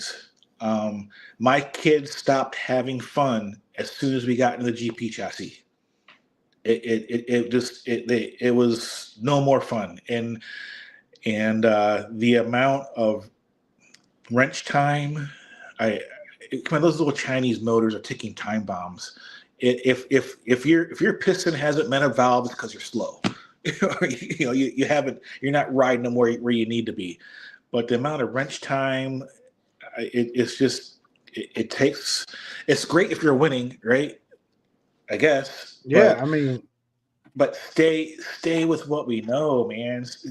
I'm sorry, but the little CRF 50s, man, weapons, the little 110s, the 125s. And then you'll get there. We got to stop selling this GP Europe freaking dream. I mean, I don't see them as idols. I don't know. I just take them off the pedestals. Focus on us. But yeah, that's how it starts. CRF 50s, man. Scooter tires, you have the best time of your life on them, man. You get a little quicker. A 110, best time of your life. 125s. The 150Rs are kind of like ticking time bombs if you do certain things to them. But then the motards, and then if you want to get on a 600 later or an SV or whatnot. Oh, well, not really SVs anymore, but we had it. It's just it's the European model is just killing American road racing. So I went to the flat track race at Daytona, bro, at the track, and holy shit, dude. I was like, what a beautiful thing. I mean, it was everything that I hoped and dreamed it would be at a short track. I've never been to a real flat track event except for that one. And it Guys are crazy, aren't they? Bro, it was me and Eddie were sitting there with Cody and we're watching the start. So it was start and then it went turn 1 and turn 2, right? So obviously 4 corners. And these guys were coming down that second corner. And this one dude come through there. I think he was in third. Bro, like, I don't know what the hell he did. He hit, but both his tires ended up off the ground. He absolutely stayed in that throttle the whole time. And when it hit, he literally came this close to the wall to just like death. And I seen it and I was like, oh no. And he stayed in it. And I was like, now these are and how close and tight they are to each other. God's speed right there. It's insane. Like a spinning rear tire is that close to your knee or to your foot. It's on you. Holy cow. It was one of the most beautiful things I've ever seen, right? It was absolutely, flat track is something that's, feasible to get into. You can actually make some money doing flat track. And then again, there's no better training for the sport, I think, with road racing than flat track, or the other flip side of it is endurance racing. And you said that earlier, right? It's the best bang for the buck. I think endurance racing, if you do a lot of endurance racing, it makes you so much more better of a well-rounded rider. Speaking the terms that you have one bike and it's me, you, and another dude, right? We all weigh different. We all like our controls a certain yada, yada, yada, right? So we got to find that balance that works for everybody. And then you got to ride, sort of speaking, uncomfortable bike fast and learn to change your body position and your mindset to approach, certain situations to allow you to do what you do at speed on the track. That's exactly how DeMario got quick. And he Dude, lives in an area with no he's a tracks, no legend. nothing, but he's 4 hours from everywhere. And he just whatever he could put his butt on, he was freaking riding. And he did a He's lot of fast. God, he's a legend. Yep. The growth I've seen from that kid from 3 years ago to now, man, it's phenomenal. It is. I can't disagree anymore. His dad, and his mama are absolutely amazing human beings. Phenomenal family. Yes. I actually met his dad for the first time at Daytona 200. Luigi. Yeah, Luigi's awesome. He's like, oh, dude, some call like Luigi, baby, what's up? Yeah, absolutely amazing, man. Every time I see DeMario, it's. But one piece of advice I do give to people is never let DeMario and Isaac Woodworth borrow your cell phone, because when you get it back, just make sure you check your pictures. That's all I'm saying. Just word of advice. That's all I'm saying, people. Right? I love them to death. They're absolutely amazing. I got back to the hotel. I'm looking through my pictures, and they made all these goofy face, kids being kids. Right. Yeah, it was hilarious. So I text him, and DeMario was like, bro, it was hilarious. So I would say pit bikes too. Listen, Hank, I'm a huge back with my pit bike was missing something. It was missing a piece. Right. I think smaller bikes is the best way to train, even for adults. I'm a huge fan of. Everybody's got this misconception, and people you hear me talk about all the time, right? Like it's hard for us men to set our ego aside. We got to have the biggest, baddest R1, V4R, BMW. Yeah, listen, if you really want to learn how to ride, you really want to learn a craft, dude, buy 300. Learn how to. Don't buy a bone stock 300. Of course, you do your rear sets and your clip-ons to make it fit you, right? Don't worry about suspension. Go out there and learn how to ride the bike. Once you start riding the stock suspension, then move up to an aftermarket suspension, right? You don't need the $6,000 exhaust. Spend that money on proper coaching. Get that proper coaching. Do those track days. Get the 300, right? Trust me. A lot of my friends, I say this too, they look at me, Hank, like I'm fucking just speaking Greek, dude. I'm like, listen, you think you're so fast, right? You think you outgrow 300? Get a 300. We'll go down here to the local track day event where the real guys and girls race at 300s, and we'll see how fast you outgrow this 300. It's and you can also race for a full season on 300 fairly cheap, and it's feasible for a lot of people to do. I can't stress that enough. I'm a huge fan of that. It's me and you sitting here talking about, going on here and riding a little Grom. They're like, what the hell are you going to learn from racing a little Grom or a little 50 or a CRF 100? Dude, it teaches you so much feel of what the front tire is doing, what the rear tire is doing. It'd be the first time I ever brought the brake lever all the way back to the throttle stop. Was like, am I going to make this? And I made it, right? I'm like, holy shit, I can do that. That taught me, how much brake pressure I can actually physically use versus what your brain's telling you, oh shit, stop. And you're just like, no, I'm going to keep going, breaking that barrier. It's easier to do on a smaller bike. It's a lot funner. The old saying goes, racing a fast bike slow and a slow bike fast, right? It's a big difference. I can't stress enough. That's why I would love to see, again, Moto America have entry level classes that are feasible for average parents to get into. Even the 400s, they let that class get out of hand. I'm just speaking the truth. They did straight up, just like the twins class. They let the twins. Now it's a full fledged fucking, Formula Extreme class of the 600s back in the day, man. It's a money class. Yeah, I mean, it's like, what are we doing? I get it. Yeah. It's almost like we're looking in the same thing. Watch. It's almost, Hank, like they're pushing out the average mom and dads, and only the high rollers with the money can come and line up on the grid. I don't know if that's their business model. I mean, I guess Moto America has this illusion of huge RVs and huge race trailers and kind of the European model. But I don't know. We could do that, Hank. Go ahead. Go ahead. No, you go ahead. Sorry, you go. Oh, I just think that's what Moto America's chasing is the big image, the big things. And remember, a kid showed up a couple of years ago to Junior Cup with a minivan. all he had was a minivan. And a dream. Yeah, Yep. a minivan and a dream, and that should be feasible. A few kids showed up like that. So what we also really need, Frank, is the full factories back on the grid. That'll help boost it up too, right? We need to bring the full factory Kawasaki team, the full Honda team, Suzuki. M4 is the factory Suzuki team right now, but we need to have, man, I tell people this, man, bring the cigarette sponsors back. You know how much money there was in the paddock, and my question is too, like, how is club racing paying out more than Moto America? That just blows my mind. Like, how is club racing events paying out more than our Moto America event pays out? What's the benefit? Why do me and Hank want to show up and spend $100,000 a year with a minimum of, we might make a return of $5,000 maybe out of the whole year if we play our cards right? If that, I mean, let's just be honest, right? I'm not knocking Moto America, man. I love Moto America, right? I want to see it grow.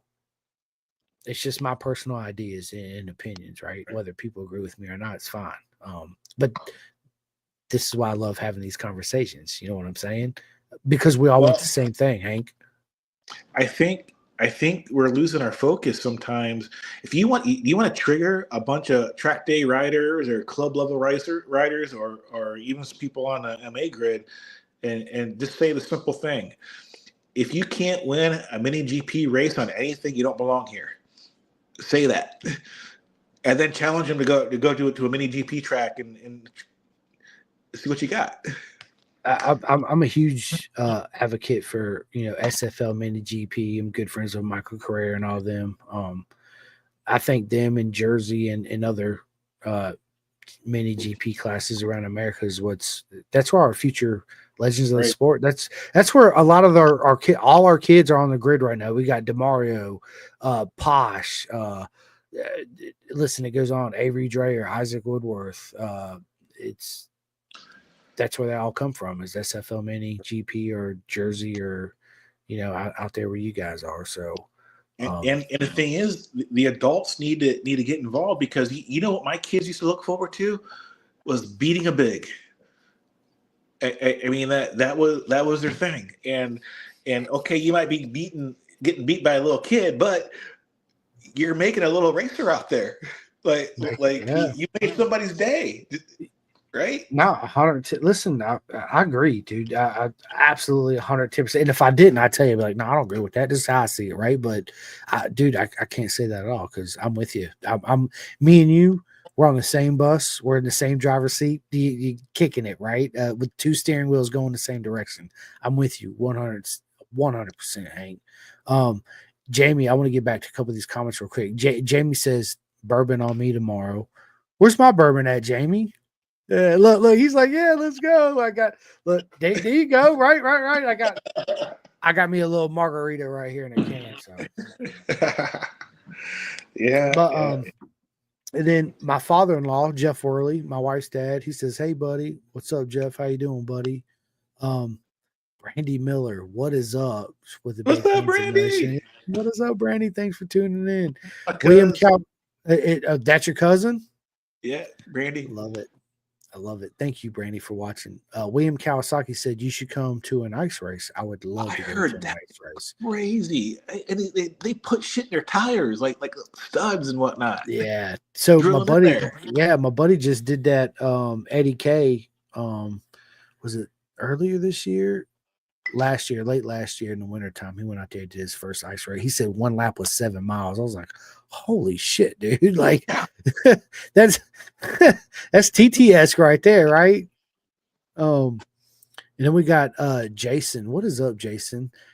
Jason DeAndre says, my man, Hank Miller, dude. I got a lot of friends in South Africa. Thank you for tuning in and joining in. That's awesome. He lives in New Zealand now. I love it, man. Yeah, there's a lot of legends come out of New Zealand as far as road racing goes too. We got Michael Sneed. What is up? Aiden Sneed's dad, man. He's a Dunlop. He works for Dunlop, changes the tires. He's absolutely an amazing human being. So sorry I missed you. I seen you, Michael, but you were knee deep changing tires at Daytona. So I wish I had an opportunity to stop by and say hi, but what's Another good happening. people, man. Mike's awesome people. He is absolutely, man. Hank, and that's why, I not only do I go after, the road racers in the future legends of the sport and the legends that's already made it. I love to go after their dads too as well, right? Like, and the people that change the Dunlop tires and the people that, the data engineers, because everybody's got a beautiful story to tell that makes up a whole beautiful circus, right? And without Michael there changing the tires, guess what? We're not going racing, right? We need to have them there, so they're every bit as important as Jake Gagne is, as everybody else in the paddock. So, Michael Sneed says, "What's up, guys? What is up, my man? Dude was just talking about you, Michael. Nothing but love, homie. Appreciate what you do. I'll see you in Atlanta too, by the way, my friend." Brian Mullen says, "Hey guys, what is up, Brian?" Tuna. Yeah, dude, Tuna's absolutely amazing. I had so much fun on our podcast, and I can't wait for that part too. That guy invited us to Jennings and let my kid beat up on his 650, not even knowing him. My kid's out there riding his SVs. Like, that's Hank. I call it our beautiful circus, but when I first started doing the podcast, I used to call everybody my guests, but you guys aren't my guests. You guys are my family, right? Because it's part of the circus. You meet people within this beautiful paddock and this beautiful circus that are immediately friends, right? Saying that me and you, Hank, we show up at a club race. Hey, I need a 44 rear sprocket. I don't have one. You have one I can borrow? Yeah, sure. Here you go. And then I go out there and I kick your butt. You come back and you say, "Bro, what a race. We had so much fun. What a battle." Blah, blah, blah, blah, blah. Right? It's what we're happy for each other. Get this. At a pit race round, my daughter blew her clutch. Blake Davis's dad came over, Mike, and changed it for us. Yep. Using Monk's clutch, and I was like, sweet.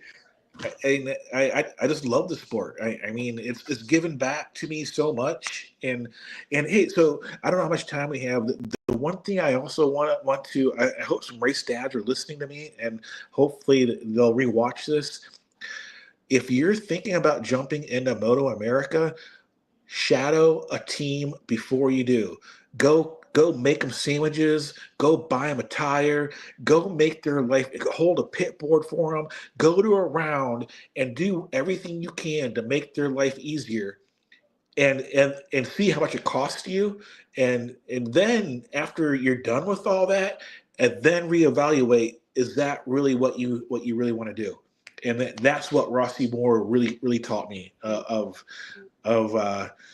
what it really takes to win in Moto America. And I am blessed that he came through, and he probably saved me a lot of money, man.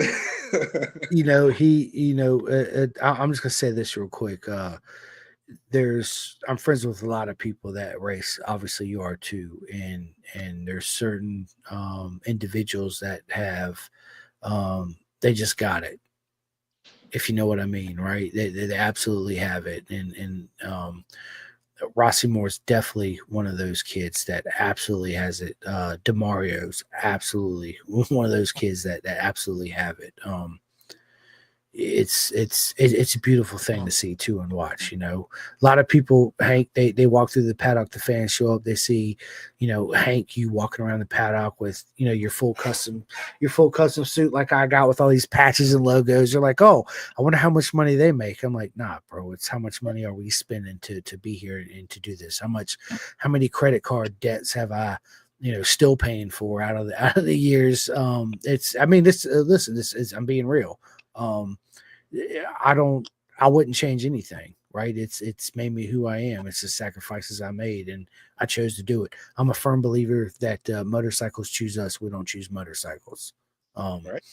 And when you get bit by that most proper mega drug there is in the world, there's nothing like it. And you don't think of the consequences or the repercussions. You're living your best life, and you want to be the best you can be. So, and again, you hit the nail on it. I mean, giving back to a kid. I mean, motorcycle racing probably saved my kid from love it. from going into some meds and therapies and all that crap.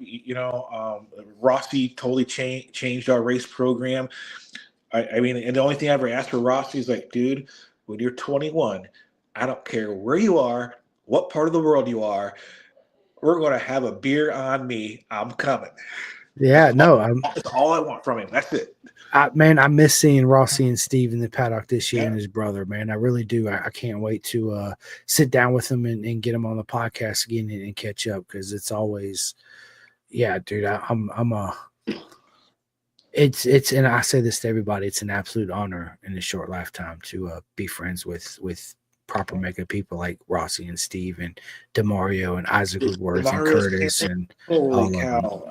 I mean, a blessing to our paddock. Some nicest people, and you know what? All in all, in our sport, I've gotten along with. It doesn't matter about all this online banter, bullshit, trolling that we do to each other, But in person, 99% are just phenomenal people, just phenomenal. Down to earth. We'll give you our shirt off our back. If you need it, you got it, right? Like, I'll be cold so you can be warm. That's exactly what it is. It's Jay Lamb. What is up, Jay? He says, saw you were going to be at the track, but never ran into you. Yeah, I was at Daytona, Jay. I will definitely be at Road Atlanta. I'll actually post my phone number up like I do all the time. I have no problem with everybody reaching out and calling me and talking to me and setting up podcasts, right? And I love meeting everybody at the track. So I just messed up my phone number. So I'm posting my phone number now, Jay. Take a picture, write it down, shoot me a message on Facebook Messenger. There it is, in the comments. Hit me up, man. It'd be an absolute honor to meet you in Atlanta. So Jay, one thing we did not talk about is your leathers. We're an hour and 40 minutes into this almost. So tell us how you got into the whole leather business thing. Okay, so at one time I was racing 5 kids at once, and 2 suits per kid per year. It got a little crazy. And I had a contact, and I don't care what anybody says, your leathers are made in Pakistan. Unless you're paying $5,000 for your leathers in Italy, it's made in Pakistan. So let's get over that little stigma. I think even Bison's leathers are made in Pakistan. But I made a really good business connect, and we got along. Oh, he drove me nuts.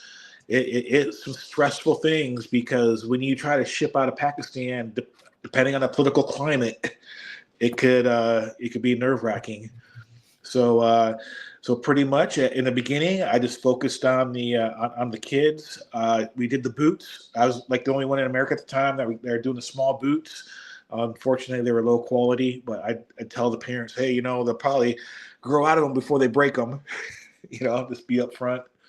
And although it's since we're not racing as much anymore, it's definitely slowed down. But I still get people hit me up, and we'll do the measurements over the phone. FaceTime, measure this, measure that, and it's something that I make zero money on, because to me it was more important to get a kid going than it was to make a profit. So I might break even. I might make $5 or $50 or something like that.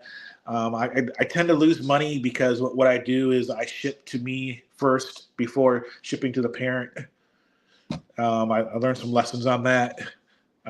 So yeah, it's Miller Racing. Like I said, it's slowed down now since the kids stopped racing, but for almost 5 years, my suits are everywhere, and they just keep on being resold. And I see them pop up all the time with a Parker, a Maddox, or a Hayden little name tag being sold again. So, but and parents really need to go through people like us, because even when you buy that leather, it might be $600, and you turn around, you sell it for $250, $300, in a year. What did you lose? And you're giving it back to the sport. You're helping someone else out. So 100%. Made a lot of friends. I also say, if you if your kid outgrows a suit, or you as an adult, full custom suit people, listen, I'm telling you, as Hank will tell you the same thing. When you deserve yourself, love yourself, get a full custom suit. That old suit, take it and dude, take it to a tailor and have somebody make a backpack or a purse and give it to your wife for Valentine's Day, or your mom or something, right? You can recycle it that way too. I'm a big advocate of just taking your suit and passing it down. Somebody somewhere needs it. That they want to get into it, and it's a good way to also grow the sport and help them out. Another thing that I've been doing, I got a bunch of notes written down. I'm going to all my local dealerships here in Roanoke, Virginia, talking to all the managers. I'd like to go down there and post up maybe once a weekend, twice a month, and talk about all the customers that come in the door about track days. Hey, you guys ever heard of any track days? VIR and 2 track days, this and that, corner speed. Get out there on the track, get people out there and educated and have fun. Right. That's why we get into motorcycles is to have fun. So. A lot of dealerships you go to, and I'm not saying they all don't do it, but the majority of the dealerships, they don't give a shit about track days. All they're worried about is selling that specific unit to make up their certain numbers to put money in their pocket and pay their employees, right? But at the same time, if you're taking the time to sell somebody a bike, a Gixxer 1000, or who gives a shit what is a Grom? Say, hey, you ever heard of track days? You're interested in getting track days? Here's some information. These are some numbers to call. Go check out these websites.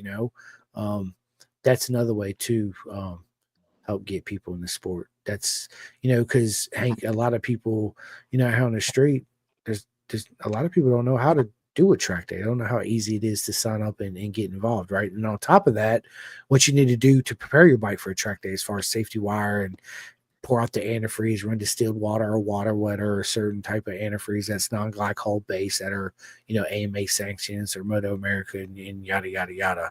That's something I see missing in our sport too, as well, as far as all the dealerships. Think about if 100 people walked in the dealership a day and you, out of that 100, 10 people sign up for a track day. Think about how much more busy track day organizations would be right now. Yep. So listen, Hank. The cement train that used to happen. Facts. Listen, dude, this has been a shit ton of fun. Me and you're definitely going to sit down and do a part 2 on this podcast. But before we get off here, I usually ask about 30 minutes of questions. I'm only going to ask you a couple. I'm going to save the next for our part 2. I think it's important too that people get to know all my friends that come on the podcast as a person too, not just a racer dad or a leather guy or anything like that, right? Because then they connect to you on a more personal level, instead of the unobtainium kind of image everybody portrays in the paddock, so to speak, right? I know when I listen to podcasts, I want to hear what you guys do outside of the track and away from the leathers. And I'm a big family man. I eat dinner with my parents once a week, twice a week. I'm a dog lover. I love dogs. I got cats and dogs and all that good stuff. So first question I'm going to start off with you is, what's for dinner tonight, bro? Oh, so we had a lot of sports going on.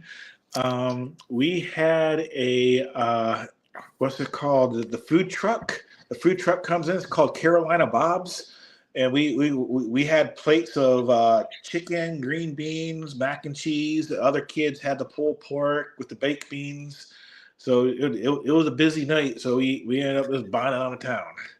I love it, man. I love it. Man, honestly, I didn't need anything for dinner tonight. I'm on one of my fasting days. I got wrist surgery coming up on Tuesday, so I like to fast a couple times a month for like 3 days at a time. So this is my first day of full fasting today. So I didn't need anything. I've been having a bunch of water sandwiches, right?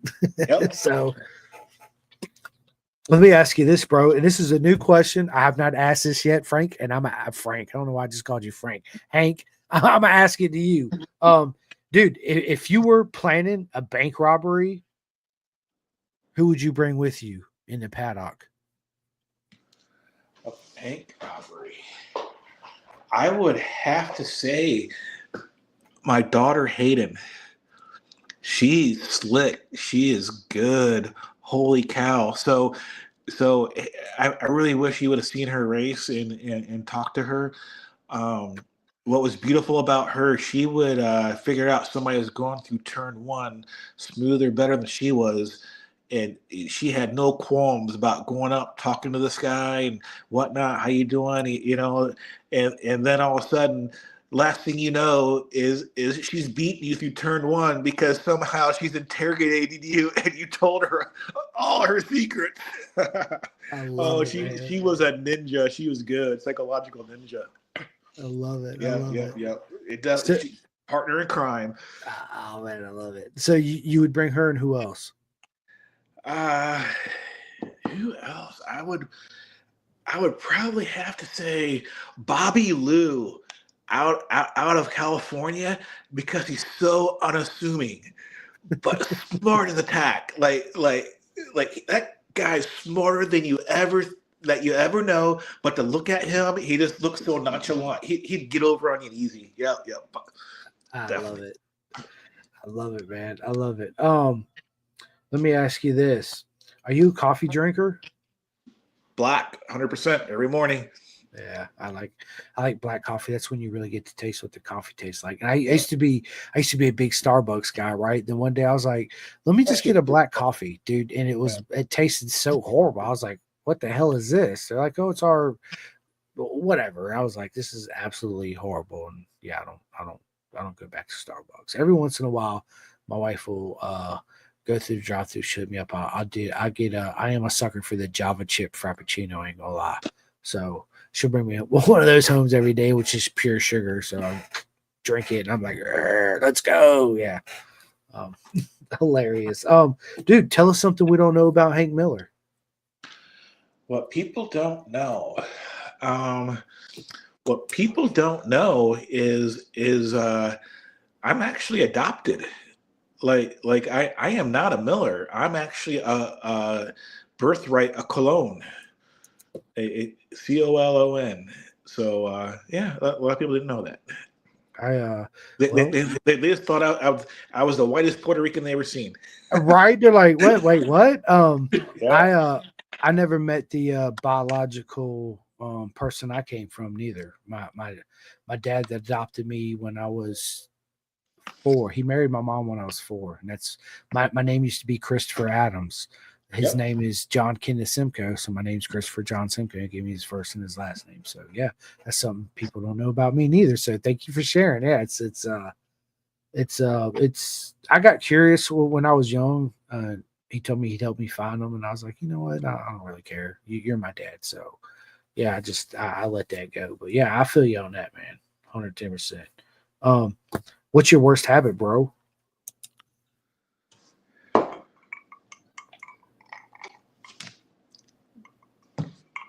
Good old beverage. I love my beer. I love my bourbon, man. I don't know. Hey, y'all own it. I'm probably the highest functioning alcoholic you'll ever meet in your life. I will 100% own it. But you know what? I don't know what happened. I grew up with high functioning alcoholics, and we used to make the world go around. I don't know how we became so correct. We're no fun anymore. I got a bunch of alcoholics in my family too as well. It's fun when everybody gets together, right? But it's also a challenge too as well. But it's some of the most fun. I enjoy a drink every once in a while too myself. I'm not a dark bourbon type of guy. Like I'm more of a clear guy. The darks just make me not so much of an asshole. They just kick my butt the next day. I wake up, I'm like, oh my God, I feel like I got beat up by Mike Tyson versus if I drink like a clear rum or a clear vodka or clear tequila, I'm good to go, right? The dark, my dad's a big bourbon and whiskey guy, and fuck, I can't remember the name of this shit. He bought this bottle. I'm not gonna say how expensive it was because my mom's listening. She'll absolutely murder him.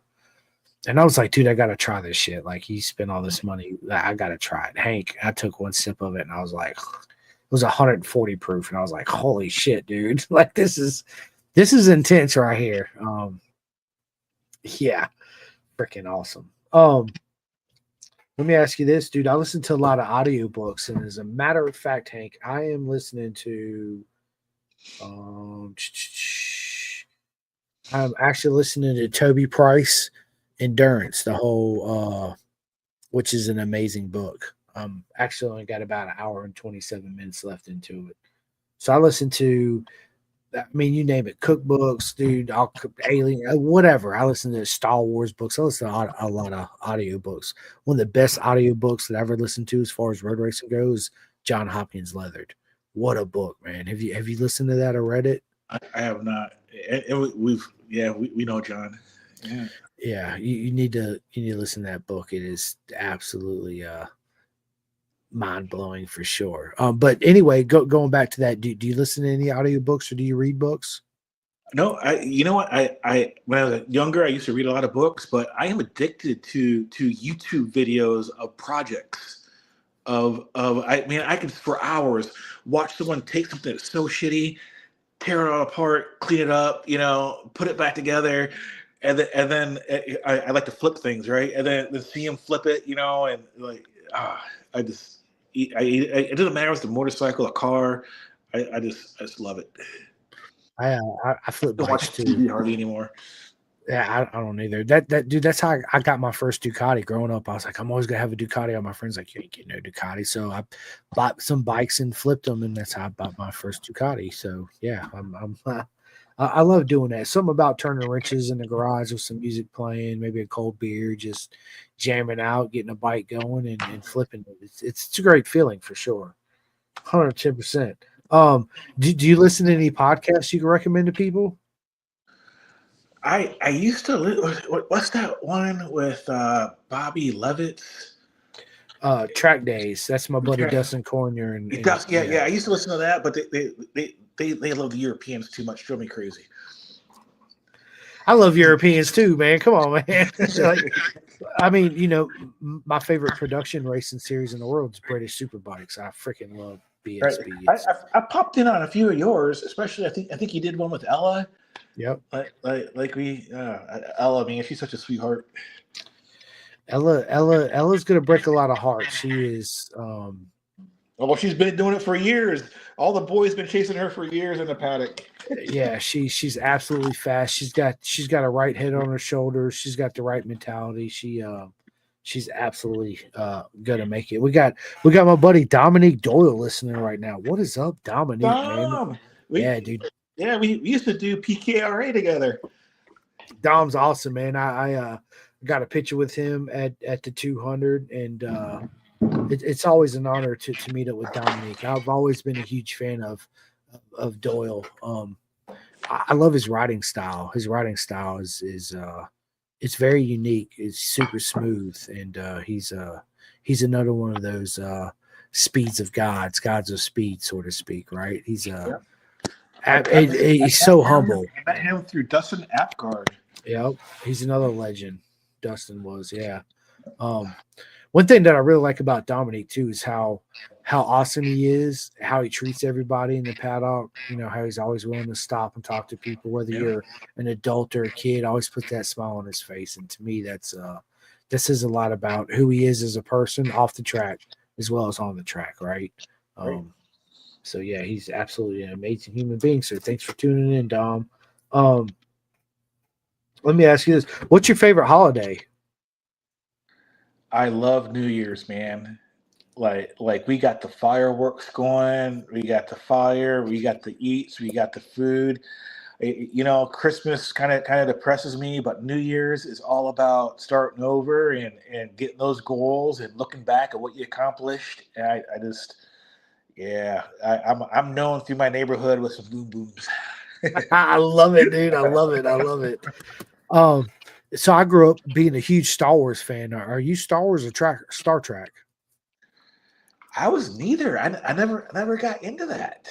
No, I watched so very little TV as a kid, simply because I was the youngest of five. I mean, I was seriously outside, like I was feral, like I don't know. It was all about bikes and outside and woods and just chilling. I was too. I was outside go karts, dirt bikes, freaking slingshots, basketball, soccer, climbing Shooting, trees. hunting, yeah. Dude, yeah. So this is something I never said before, but me and my best friend growing up in Florida, we didn't have dollar bills. We had nickels and dimes and quarters our parents would give us. We'd go down to the 7-Eleven or whatever and buy candy, ring pops, all this shit, right? So one day we're like, let's catch some spotters and let's bet on the spotter whose spotter can beat each other. And we'd bet money on that, and we had a lot of fun with that. Catching poisonous snakes that we didn't know were poisonous. Yeah, we were wide open for sure. Yep. It was being outside. There's nothing like human nature. It's something I tell people too. Like, when's the last time you went outside barefoot in the mud and the rain and felt connected to the earth? Yes. Right. Well, we had no choice because we weren't allowed to wear school shoes. We got home from school, we had to take them off. I did too at my house. My mom, still to this day, right now, I go over there. This is how anal my mom is now. She's like, I love you, Mom, very much. Right? She's like, your shoes you gotta take them off at the door, and you gotta wear socks in my house. You can't go in our house barefoot now. You gotta have socks on. That's where she's at. So I make sure to bring a clean pair of socks with me every time I go to my mama's house. Just put them on the driveway before I go in. You're welcome, Mama. 110%. Yeah. It's hilarious. Let me ask you this, man. If you could have one superpower, what would the one superpower be? Ooh, I'd probably would love to read minds. You know how dangerous that would be? Yeah. That would be, yeah. I think, man, there's a lot of them. Like, who wouldn't want to be like Superman? I could fly and all that stuff, but I think teleportation would be really cool too. So, like, me and you're sitting here doing this podcast. Imagine if I just grabbed my laptop and went, and now I'm sitting in the living room where you're sitting. We're sharing a bourbon, doing this live together, right? That would be kind of cool. Save a lot of money in traveling for sure. And hotels, right? Yeah, that's awesome. Let me ask you this, man. If money was no expense, Hank Miller, and you had your own Twins Cup class in Moto America, what's the one manufacturer you would run, and who are the two current riders you'd put on your bike In Twins Cup. in Twins Cup? I liked what I really seen out of Suzuki at Daytona. I think people are butthurt because of concessions, but I think it's going to bring the Aprilias closer to them. I would definitely do a Suzuki team, and I'm a Honda fanboy, by the way. So in the two riders, I would want Casey Davis, maybe. What a legend. And maybe Kensei. I'd probably want Kensei. Yeah. Kensei is he's absolutely. And Jesse Shredden would also be in there somewhere, but yeah, you could have a 3-rider team for sure. Yeah, go ahead. Yeah. I also asked the superbike question, right? If you had your own superbike team, what's the one current manufacturer? Who's the two current guys you put on your bike? I think Honda is underrated at the moment. I think Honda needs a freaking superbike team with some good. I would definitely do Honda. I probably would never never sleep because I'd be so focused on it. As for my riders, I would have to go with, and people get butthurt about this, but people are sleeping on Rocco Landers. I get he has mental lapse, but the kid, if it wasn't for social media blowing up everything, the kid's fucking phenomenal. I definitely go with Rocco Landers. And then my second, I would probably have to go with Matthew Stoltz. He needs to get back. Yeah, he's absolute legend. I never come up with I never thought about a Twins Cup or Talent Cup class, but if I was going to do a Superbike class, money was in the object, I'd bring a full factory Kawasaki back in because we need Team Green back in there, right? And the two current riders, man, I have to put my boy Posh and SDK on. I think they are two opposite ends of the spectrums, right, as far as personality goes, but I think dynamically it would work really well. because they both want it really bad. Not everybody wants it bad, right? But I just think their personalities and their dynamic would elevate their games and push each other forward. As far as a Twins Cup or a Super Sport, man, I got so many friends in the paddock. If I had the money and it was no expense, I'd have my own Pendergast Superbike, Motor America paddock, and I'd field all my friends, and they wouldn't have to worry about anything because I'd all be getting paid. But I would, man, as far as Super Sport, man, I'd really love to put, I'd really love to put Dominique Doyle on a proper 600 or 959 or whatever, right? Man, it's so hard to choose. I think Dominic would absolutely kill it. And man, honestly, I would like to see my buddy Isaac Woodworth out there too. Or I can't forget my man Matt Chapin. I think he's another I one. slept on that kid. Yeah, not me. I don't know where he came from last year. He surprised the shit out of me. What's funny is when I was at Daytona. I'm good friends with his dad, Philip and Matt, and I go give him a big hug. And I was like, "Are you ready for the weekend?" He's like, "Yeah." I said, "Well, my question to you is everybody else ready for you for this weekend?" He just kind of laughed and he went out. And I said, "You're definitely going to win this weekend." And yeah, he look what he did. He put it on the top box. So it was cool to see his progression too, because you seen the beginning of last year where he was good, and then something clicked. And once that thing clicked, it was game over, absolutely game over. So, yeah, and I'm happy for Carn's performance. My man Levy and Elisa and Isaac Woodworth, they're on a good team this year. Dominique's on a good team this year. There's so many different players that's moved around in the paddock. This year is going to be a really good year for sure for our sport. It's going to be good. It's a good year all around road racing, right? Whether it's ASBK, BSB, Alaman, TT, you name it. There's a lot of changes that's been going on. And the new news that dropped, well, it's not new, but it's what, a week or 2 weeks maybe. MotoGP is moving to Pirelli tires too as well, which I think is good for the sport. Honestly, Hank, I would love to see Tire Wars come back in Moto America. I'd love to see Bridgestones, Pirellis, and all that back in the paddock. It would create the tire war again. It would also create more sponsorships for people, and it would also elevate the tire game right now in the sport. Not saying that it's not being elevated, but when you have that internal war, it progresses even quicker, right? So it would be nothing but good for the sport too as well. I get the whole one make tire rule thing. I get it. Level playing field. But how are you going to have a level playing field when you have certain tires that come off the truck that are made that month to certain people, and then as you go further on down the paddock, you got the same tires off the same trucks that are 8 months old? It's a dirty game, isn't it? It's a very dirty game, right? And don't think I don't notice this shit, because I've been in the paddock a long time. I notice this shit.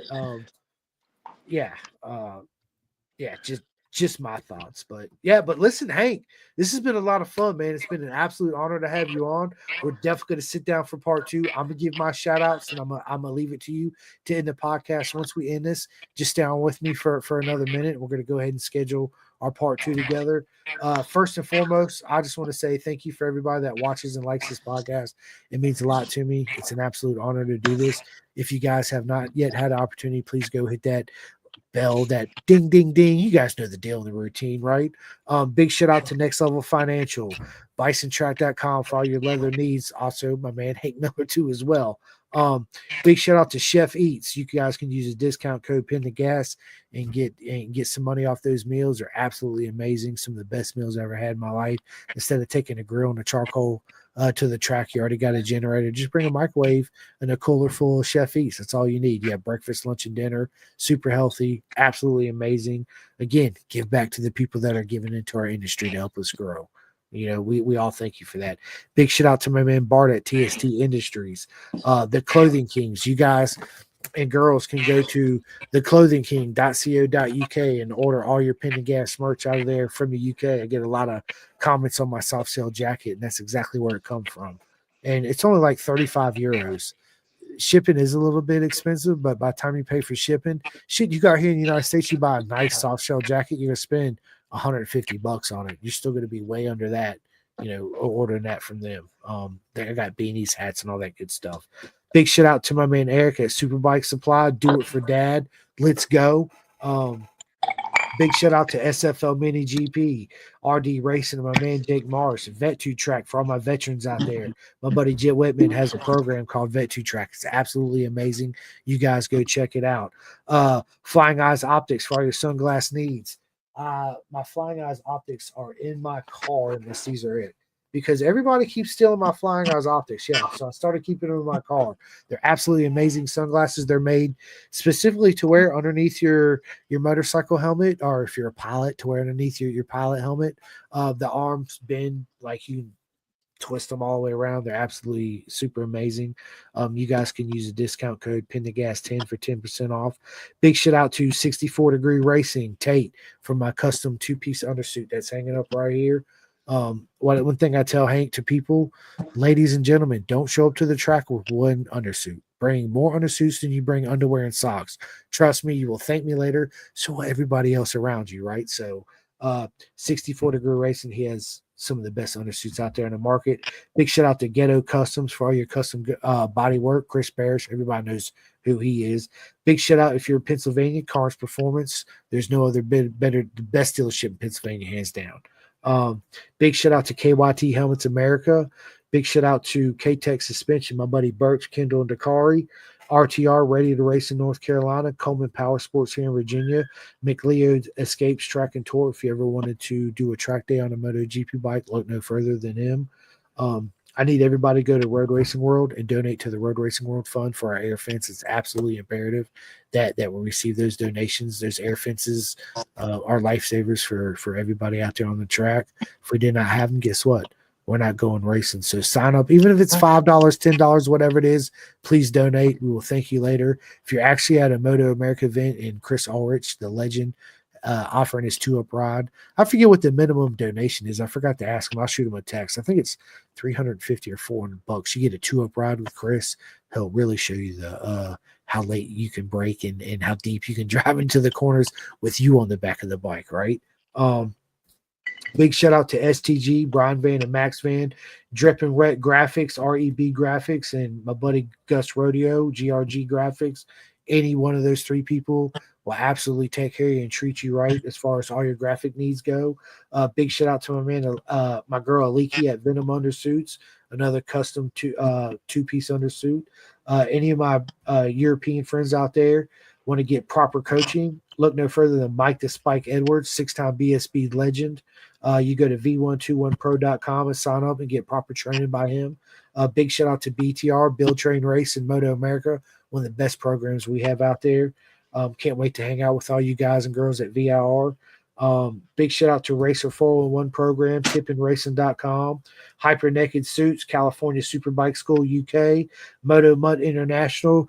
Big shout out to my buddy Cole King at King Performance, my buddy Kevin at SCM PRC, Turn 12, Obsession Engineering, my good buddy Dave out there in the UK, and last but not least, big shout out to BTI Photos and Fast Glass Media. So yeah, that's a lot for me. All these friends are my friends in the industry. You will not go wrong from ordering or buying any products from any one of these people. So yeah, that's all I got. Hank, tell everybody where they can find you, get in touch with you, get the leather suit, all that good stuff. So most of my business is done on our Miller Racing Facebook app. That's I think a lot of people's utilized it, and hey, my list is gonna be a lot shorter than yours. Hey, big thanks to anybody who has put up with Hank Miller all these years. I have been difficult. I have been wrong. I've probably been an asshole a few times, but I love you.